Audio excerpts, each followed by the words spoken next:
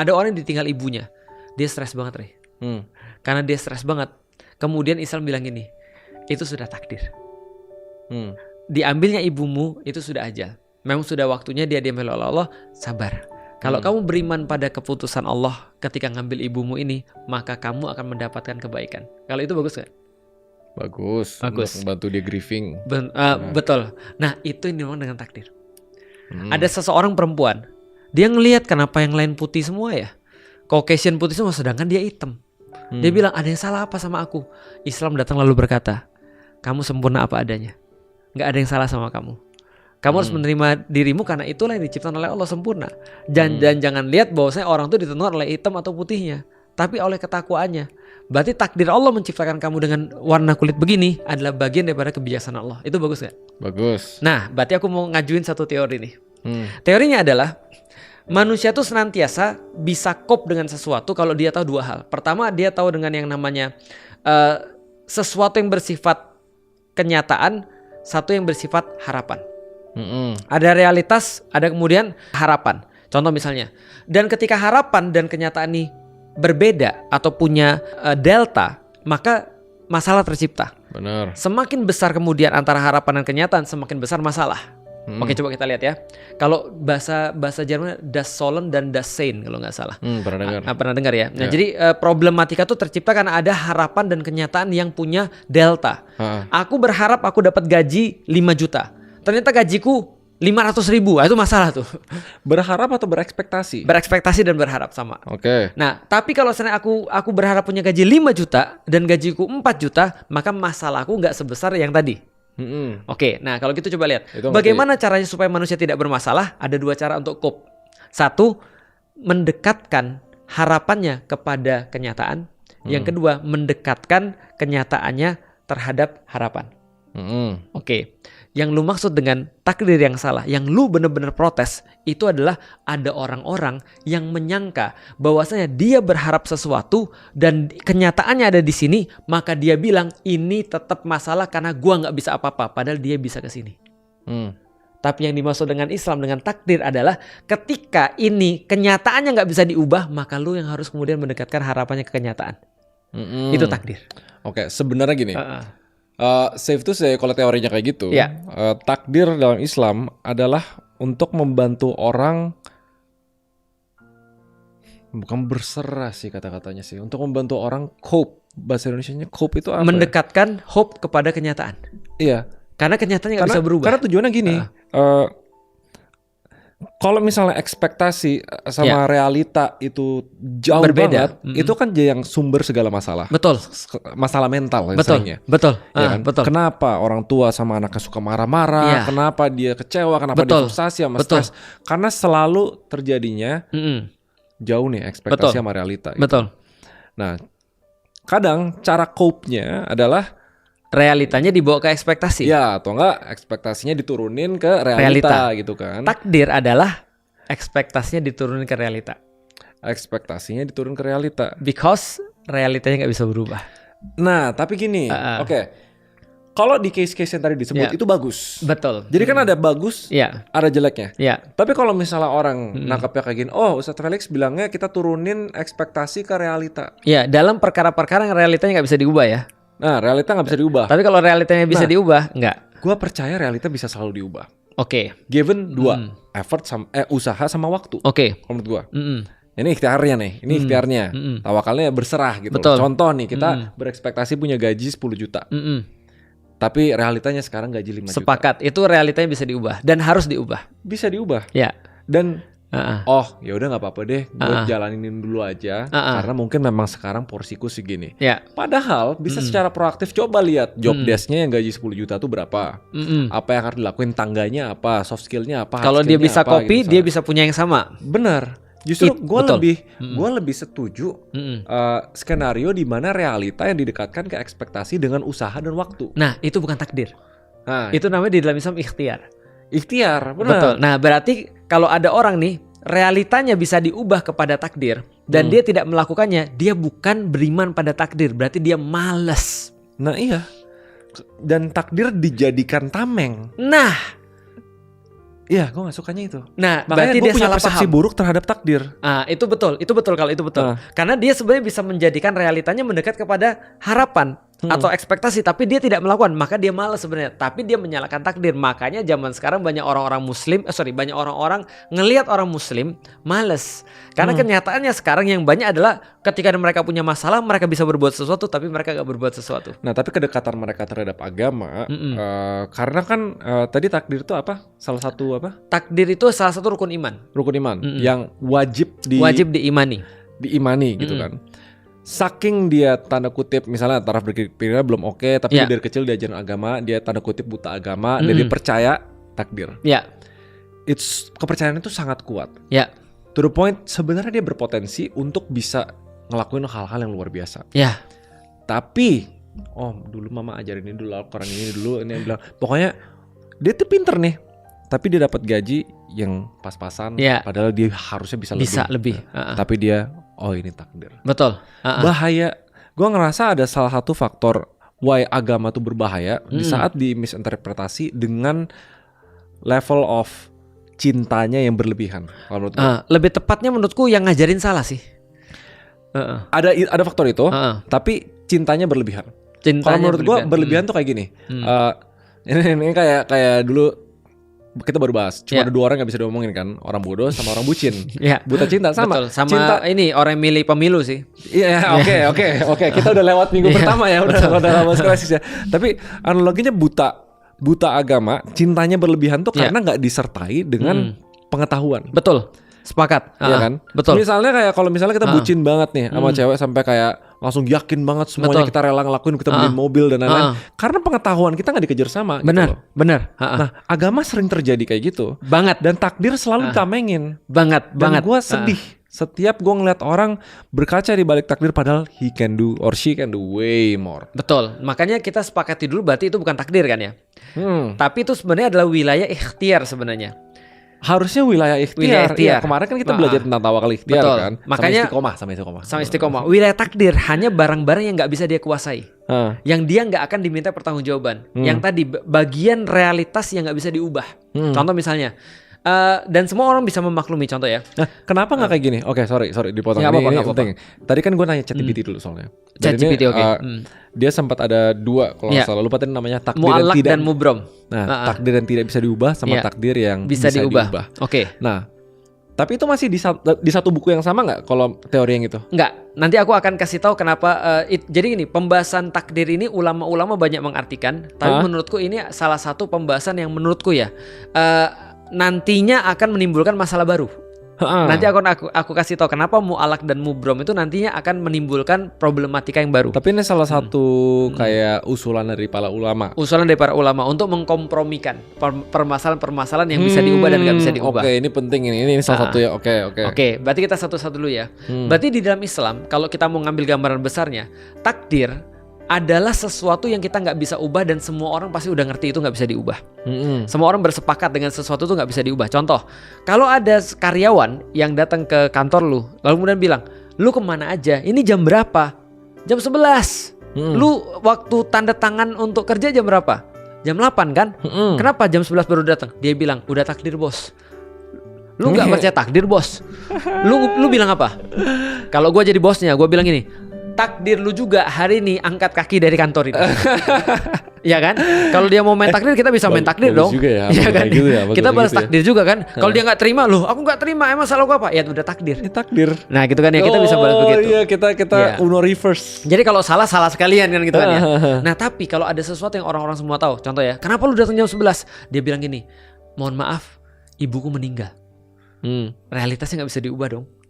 Ibunya meninggal nih. Kita bilang, kenapa kamu masih masuk kantor? Pulang aja dulu. Ambil waktu. Urusin ibumu dulu. Karena kita semua sudah paham bahwa ini gak bisa diubah nih. Ibunya gak bisa hidup lagi. Kecuali kalau besoknya dia datang lagi, dia bilang ibunya mati lagi. Nah itu ngehe. Udah takdirnya tanda tangan surat resign. Nah betul. Nah itu maksudku kan. Nah artinya kalau kita lihat berarti di dalam Islam takdir itu adalah perkara-perkara yang kita gak bisa ubah. Dan kita yakin itu sudah ketentuan Allah dan pasti baik bagi kita. Kalau gue ngerasa kayak gini ya. Kalau misalnya gender kita. Iya. Kita dilahiri oleh laki-laki atau perempuan, di mana, betul, ras itu apa, menurut gua oke lah takdir. Itu takdir. Tapi kalau misalnya outcome, misalnya gini. Nah ini kontroversi nih.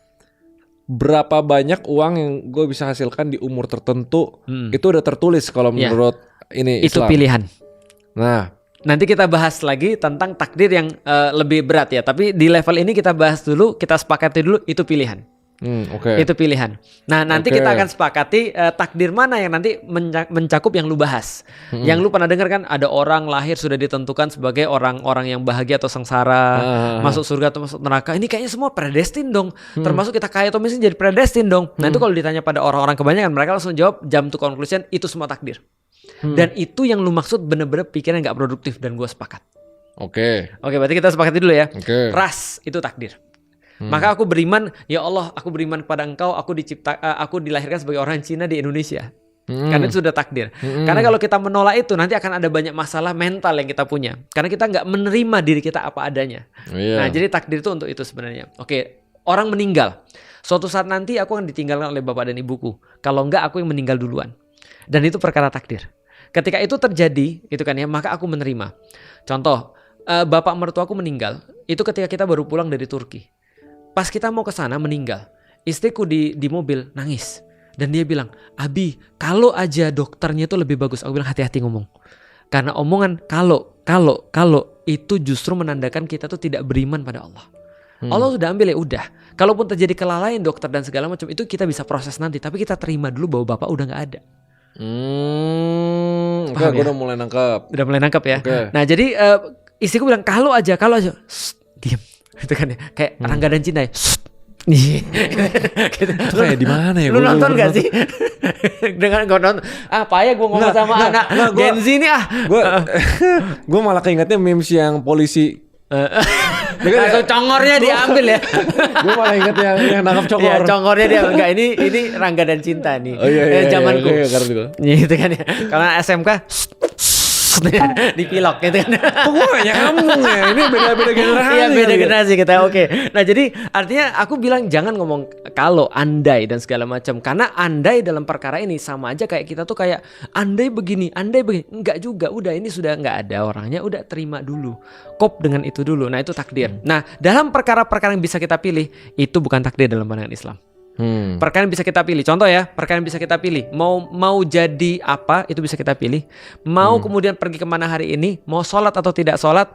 Nah, karena ada orang-orang di sana banyak. Aku pernah nanya tuh, kenapa kamu gak sholat? Ustadz gak percaya pada Lauhul Mahfud. Udah tertulis aku tuh gak sholat. Nah itu langsung mulutnya diginiin tadi congor. Congornya ditangkap kalau kayak gitu. Gue sih kesel juga kalau kayak gitu sih. Nah itu betul, gue sepakat. Nah sekarang kita masuk ke layer yang kedua.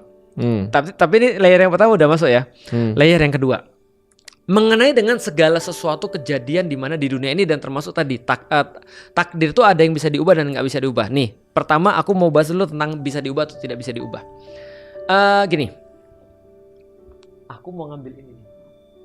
Ada yang lebih kecil nggak sih? Ada pena nggak?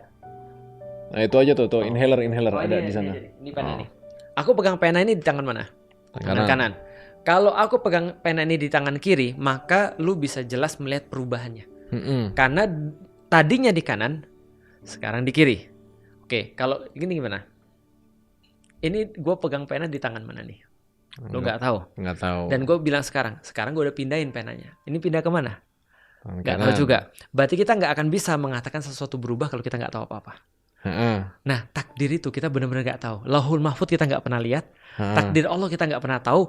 Jadi kita mengatakan, contoh ya, ada hadis yang mengatakan gini. Siapa yang memperbanyak silaturahim maka umurnya diperpanjang. Itu ada hadisnya tuh. Tiba-tiba ada seorang kakek-kakek mati umur 100 tahun. Lalu kemudian cucunya bilang begini, kalau ini karena beliau suka silaturahim. Kalau nggak silaturahim mungkin dia 70.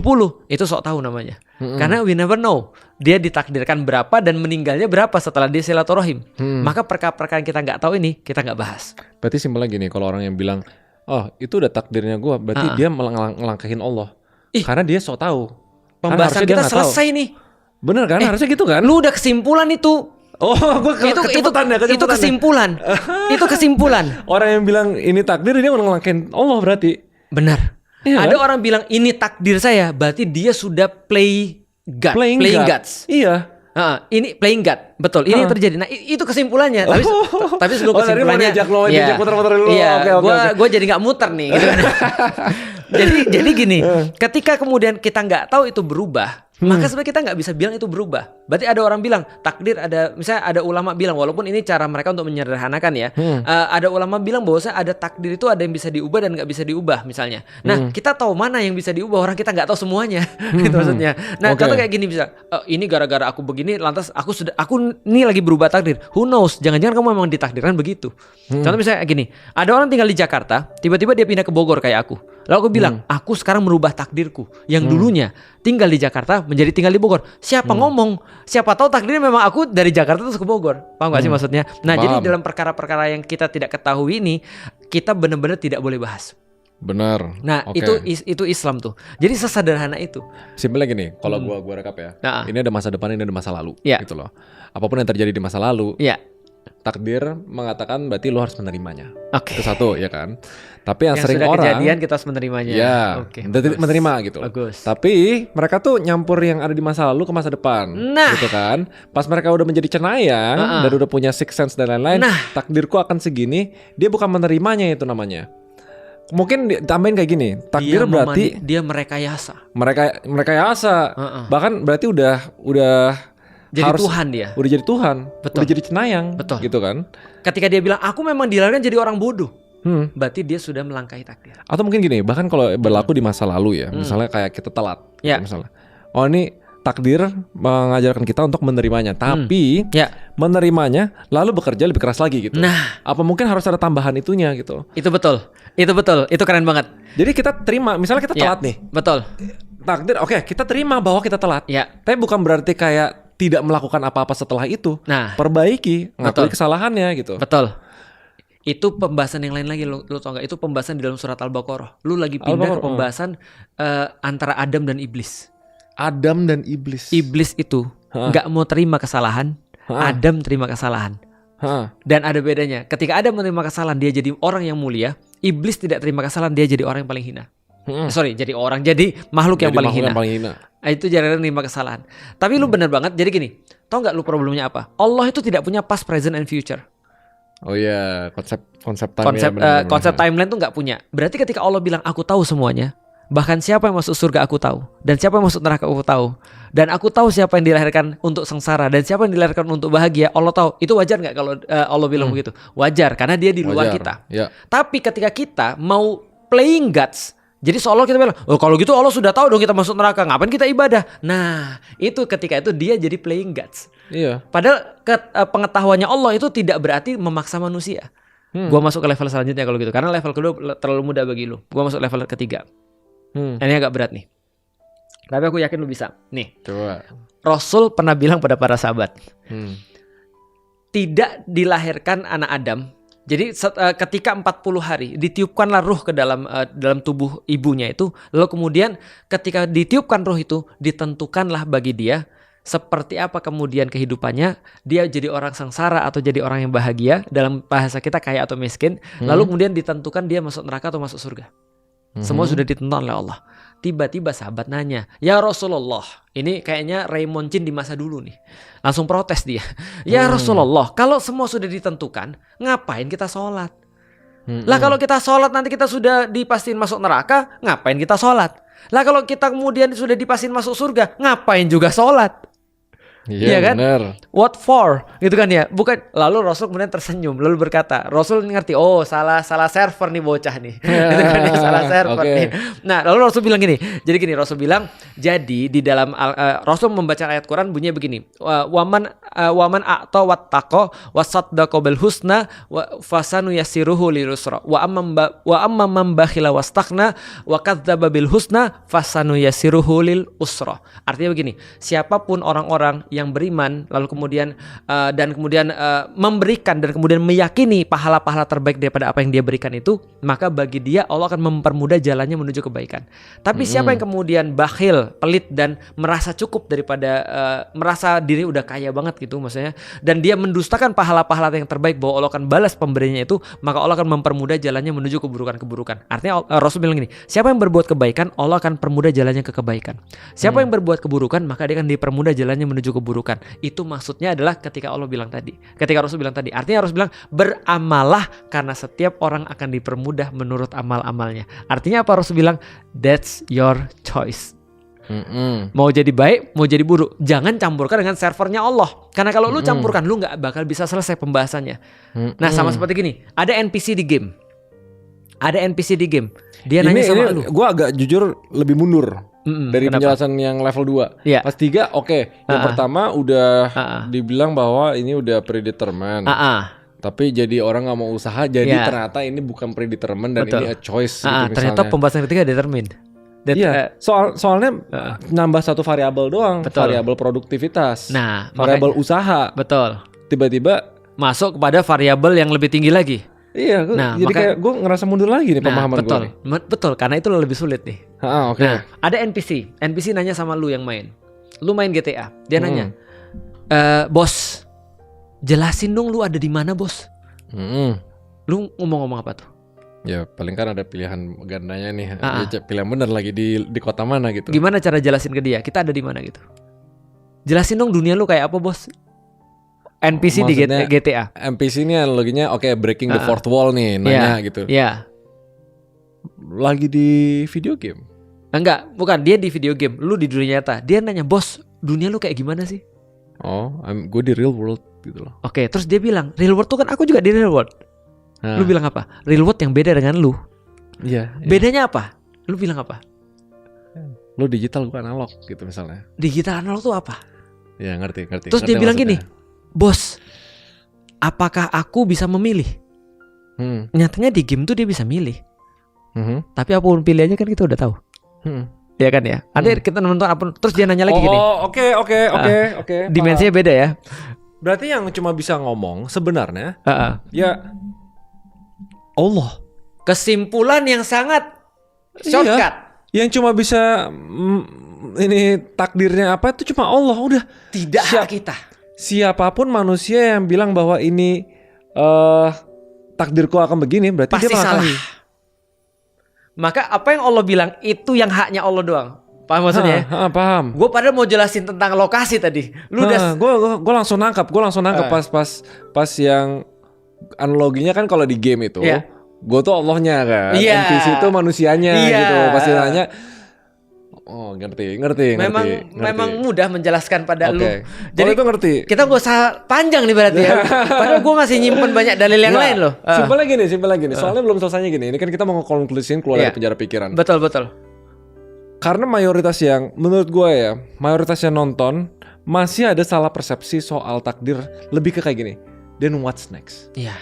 Kan kita udah membuat dari tadi awalnya bisa tidak bisa ke bisa ya. Kognitif itu ya. Kognitif dari tidak mau dari tidak tahu ke tahu. Oh ya, dari tidak tahu ke tahu. Anggap ya semuanya udah tahu nih tentang takdir, sekarang udah nggak bisa disalahgunakan dan diucapkan yang dari ikhtiar. manusia. Ya, untuk yang ikhtiar gitu. Nah, terus selanjutnya gimana ya? Yang selanjutnya lupa gue tadi yang kedua. Yang kedua afektif dari mau tidak mau ke mau. Tidak mau ke mau. Gue asumsi semua yang nonton di sini udah itu mau ikhtiar. Mau. Ikhtiar gitu loh. Gimana cara bisanya? Praktiknya. Untuk lepasin takdir itu tanpa mau nggak mau nih, sosial kan tetap ini ya kayak. Betul. Kita nggak bisa ngomong kita nggak percaya takdir ya, tapi mungkin apa ya? Gitu. Oke, gimana kemudian memperbaiki pemahaman lu yang tadi ya? Sebenarnya lu nggak salah sih, pemahaman lu tuh lu menolak pemahaman yang salah yang tadi kita bahas itu. Bahwasanya ya cuma Allah doang yang berhak bilang takdir, benar banget, dan itu tidak porsi kita. Kalau kita kemudian bilang takdir itu pasti salah jadinya. Nah maka kita cuma beriman aja, karena kan Allah yang ngomong, kita tinggal menerima aja. Oke, kalau gitu praktiknya seperti apa? Nih coba lihat ya.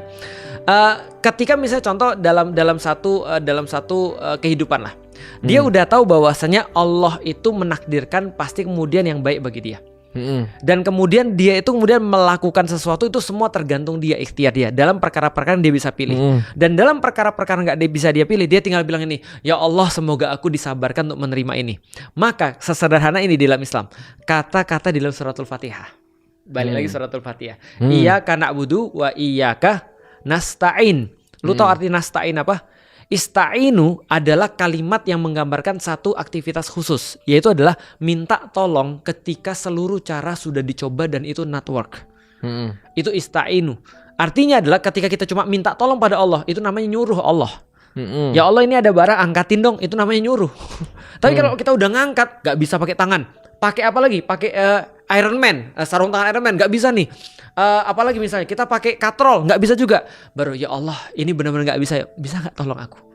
Artinya dia akan bekerja sampai satu titik yang benar-benar dia sudah pol, gak ada lagi yang lain. Baru kemudian dia bicara. Kalau sudah gak bisa, semua gak bisa, dan dia benar-benar kemudian sudah melakukan semuanya, ini takdir. Produktif nggak orang? Tapi kalau misalnya dia kemudian belum melakukan semua itu, ini belum sampai titik itu. Tapi rentan untuk, let's say kalau pertama dia ngelakuin itu dengan baik, gitu loh. Tapi lama-lama, you know how manusia, betul. Manusia, dia akan break, mengkompromi. Betul. Awalnya sih memang dia semaksimal mungkin nih, sebelum dia akhirnya bilang oke, ini takdir. Tapi manusia tuh rentan mengkompromi. Nah, makanya di dalam salah satu hadisnya Rasul bilang, kalau sudah bicara takdir tinggalkan, nggak usah bahas. Karena itu nanti akan jadi nggak produktif. Itu ada di hadisnya? Ada. Ketika sudah bicara tentang takdir tinggalkan, ketika berbicara tentang sahabatku tinggalkan. Artinya itu tidak perlu dibahas karena hampir semua urusan manusia tuh bisa untuk diubah seperti kata lu di awal. Coba gua kasih tahu dikit ya. Muhammad Al-Fatih. Muhammad Al-Fatih dulu dia harus punya satu strategi yang benar-benar nggak terduga, sehingga kemudian dia bisa menang untuk membebaskan Konstantinopel. Apa idenya tahu? Mindain kapal dari satu selat selat Bosforus kepada Teluk Tanduk Emas. Dan kapalnya dipindahin harus ditarik di atas bukit tingginya 86 meter. Lalu kemudian panjangnya sekitar 1,5 km, 1,5 km. Apa kata prajuritnya? Gak mungkin, mustahil ini, gak mungkin. Tahu apa kata Muhammad Al-Fatih? Jangan bilang mustahil sebelum kamu mati mencoba. Sebelum kami mencoba. Kamu mati mencoba. That's it. Sebelum kami mati mencoba. Berarti kalau kamu sudah mati, benar mustahil. Iya. Takdir works like that. Takdir itu seperti itu. Contoh ya, kita nggak akan, we never know takdir kita, karena yang berhak ngomong takdir hanya Allah. Cuma hanya Allah. Berarti kita bagian apa? Ikhtiar. Iya. Jadi manusia tuh lebih, menurut gue udah suka banget konsep tawakal, ikhtiar, istiqomah. Betul. Itu 3 sebenarnya digabungin gak sih? Atau 2 lebih common, tawakal, ikhtiar doang? Mau kasih tahu yang belum kasih tahu ke lu ketika bahas tentang tawakal. Apa? Tawakal itu bagian daripada takdir itu bagian daripada tawakal. Oh. Iya, berarti kalau orang udah tawakal udah selesai takdir itu sebenarnya. Mas sebenarnya contoh gini ya, yang lu lihat sehari-hari aja. Misalnya contoh ya, kita kehilangan orang tua kita mungkin satu saat nanti, atau orang tua kita pernah orang tua yang kehilangan anaknya lah. Dia kan benar-benar grieving kan ya. Tapi ketika dia bisa, orang-orang yang ada di Marijoa, yang kemarin dibombardir itu, ketika anaknya meninggal dia bilang gini, ya Allah, aku memahami ini takdirmu, buat hatiku menjadi tenang dan buat lidahku untuk mengucapkan sesuatu yang kau ridho. Itu berarti takdir. Nah, itu membantu mereka banget kan. Nah, termasuk kemudian ketika kita dilahirkan sebagai orang yang tadi berkulit putih, sipit, kita tahu takdir kita seperti apa. Ada orang dilahirkan kemudian cacat misalnya, dia kemudian ridho pada takdir. Anak autis itu takdir. Menerima sesuatu yang tidak bisa diubah misalnya. Betul. Karena banyak orang loh yang kayak kehilangan. Nih, kematian itu sesuatu yang pasti. Iya kan? That's it. Contoh. Realitas. Jadi itu tuh membantu orang untuk bisa menerima realitas. Karena sering mereka kalau nggak ngerti konsep takdir bahwa semuanya itu bisa diubah, pokoknya semuanya ngerasa semuanya bisa diubah. Dia stres.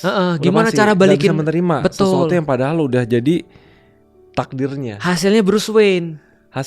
Iya benar. Iya benar. Gak bisa menerima takdir tuh bapak tuh. Benar, gak bisa menerima takdir. Oke, nih kita panjang nih. Dia nggak bisa menerima takdir. Atau menerima takdirnya bahwa itu the fact bahwa dia tidak bisa menerima dan mengubah dia menjadi Batman. Itu takdirnya bukan? Nah, itu dijawab di episode terakhir kemarin, The Prince of Darkness. Nah, di Prince of Darkness akhirnya dia menerima takdir. Akhirnya dia mau jadi Batman. Berarti Batman itu takdirnya gitu. Iya, berarti Batman itu adalah takdir dia. Makanya dia kan sempat bertanya-tanya. Takdir itu di saat dia sudah menerima bahwa semua yang terjadi. Takdir itu menerima sesuatu yang nggak bisa diubah. Iya, nggak bisa diubah. Kematiannya nggak bisa diubah. Maka dia ngomong kan, bikin dia latihan itu udah history nggak bisa diubah. Gitu. Betul. Nah akhirnya dia bilang kan, awalnya kan dia bilang aku pengen berhenti jadi Batman, mendingan aku ada orang tua daripada aku jadi Batman kan gitu kan ya. Lama-lama dia jadi tahu, oh rupanya purpose-nya memang untuk ini. Aku tuh itu semua itu adalah latihanku untuk jadi orang kayak gini gitu maksudnya. Gue sangat amat penasaran nih teman-teman yang nonton. Paham gak? Karena jujur kalau di otak gue emang muter-muter, emang. Tapi piecesnya udah jadi satu. Piecesnya udah jadi satu, gue udah ngerti. Ujungnya kan udah nggak sengaja ke konklusi dari tengah video kan. Iya, dan 2 kali kan lu konklusi kan. Padahal itu mau aku konklusikan sebenarnya, tapi nggak apa-apa lah. Nah, ini aku kasih soalan ya, soal. Ada orang pergi berjihad. Lu udah pasti bisa jawab ini. Dia benar-benar nggak mau untuk ngasah pedangnya. Lalu kemudian anggaplah lu pemimpin jihadnya. Gua tentara yang nggak mau ngasah pedang, nggak mau nyiapin baju zirah. Lu nanya ke gua, mana baju zirah lu? Allah yang melindungi, bukan baju zirah. Kalau lu pikir baju zirah yang melindungin lu sudah rusak tauhid lu, Raymond. Lu tanya lagi, pedang lu mana? Ray, yang bunuh itu bukan kita, Allah yang bunuh. Di dalam Al-Quran ada ayatnya. Bukan kita yang melempar, melainkan Allah yang melempar. Kalau lu gak percaya, berarti lu tauhid lu diragukan, Ray. Lu bilang apa sama gue? Gue masukin ke rumah sakit jiwa aja. Karena gue menganggap bahwa gue lagi mencampurkan. Itu omongan gue kan bukan omongan Allah kan. Kalau omongan Allah pantas gak kayak gitu? Pantas dong. Dia beda dimensi. Tapi itu omongan siapa? Omongan dia. Yang keluar dari mulutnya. Betul. Terus aku bilang lagi, kalau Allah sudah takdirin kita menang, Ray, kita pasti menang, walaupun tanpa strategi. Tapi kalau Allah sudah pastiin kita kalah, Allah sudah takdirin kita kalah, udah terima aja, Ray. Ya udah, itu urusan Allah. Tuh, usaha kita ya usaha kita. Betul. Gitu. Kita tetap harus ikhtiar gitu kan. Who knows? Kita tahu nggak sih sekarang keputusan Allah apa? Sekarang tugas kita ikhtiar. Iya, kalau lu meyakini itu dan anggap itu bahwa faktanya, berarti lu melangkahi Allah. Berarti siapa yang nggak menerima takdir? Lu atau gue? Dalam kasus ini. Betul. Iya. Lu tahu kan sekarang kan ya, berarti ada orang-orang yang ngomong ke lu tentang, Ray, lu nggak beriman pada takdir. Sebenarnya lu yang beriman pada takdir. Karena lu berusaha pada perkara-perkara yang bukan takdir. Sedangkan lu menerima perkara-perkara yang realitasnya nggak bisa diubah. Itu yang dinamakan beriman pada takdir. Diginin aman. Mereka berdua lagi ngedengerin. Terus kita kayak gini, mereka kayak gini. Berarti itu pemahaman lu yang benar. Nah itu yang justru harus diinsaf pada semua muslim. Nah pertanyaan gue berikutnya, produktif gak orang muslim kalau begitu? Produktif banget kan? Karena gini, harusnya produktif semua. Karena Elon Musk itu hanya bukan Elon Musk, Eiichiro Oda Sensei itu nggak tidur, itu tidur cuma 3 jam sehari. Selainnya dia gambar One Piece. Dan dia sudah berapa puluh tahun tuh buat One Piece. Dan dia cuma pengen jadi seorang mangaka yang dikenang di seluruh dunia. Cuma dunia doang kan batasnya kan. Kita pengennya selain dunia, Re.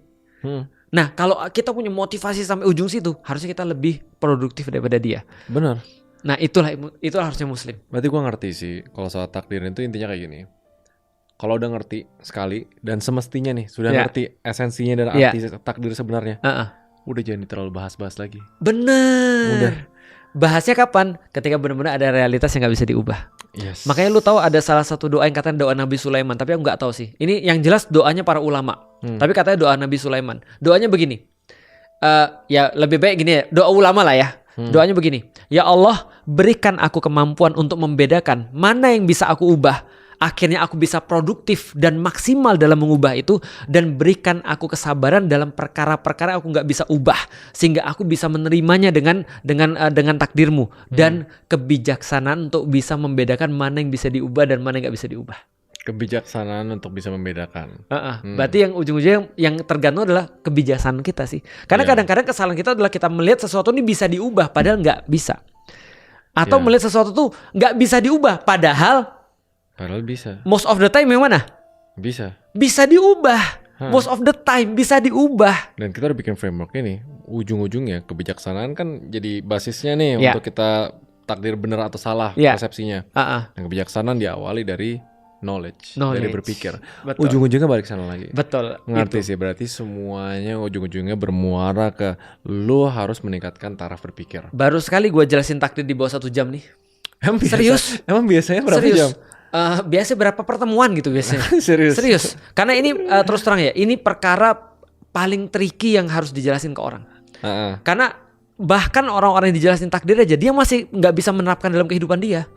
Bahwasanya dia karena again belum punya kebijaksanaannya untuk bisa membedakan mana yang tidak bisa diubah. Iya lagi. Ya udah berarti gitu solusinya berarti solusinya gini, daripada 3 jam menjelaskan tentang takdir, mendingan 1 jam aja tapi secukupnya, yang penting dia tahu esensi besarnya, sisanya menaikkan taraf berpikir dia. Benar. Ujung-ujungnya balik lagi tugasnya. Dan lu tahu nggak sih pembahasan takdir itu baru muncul kapan? Di kalangan umat muslim. Baru muncul ketika mereka sudah ditinggal oleh Rasulullah.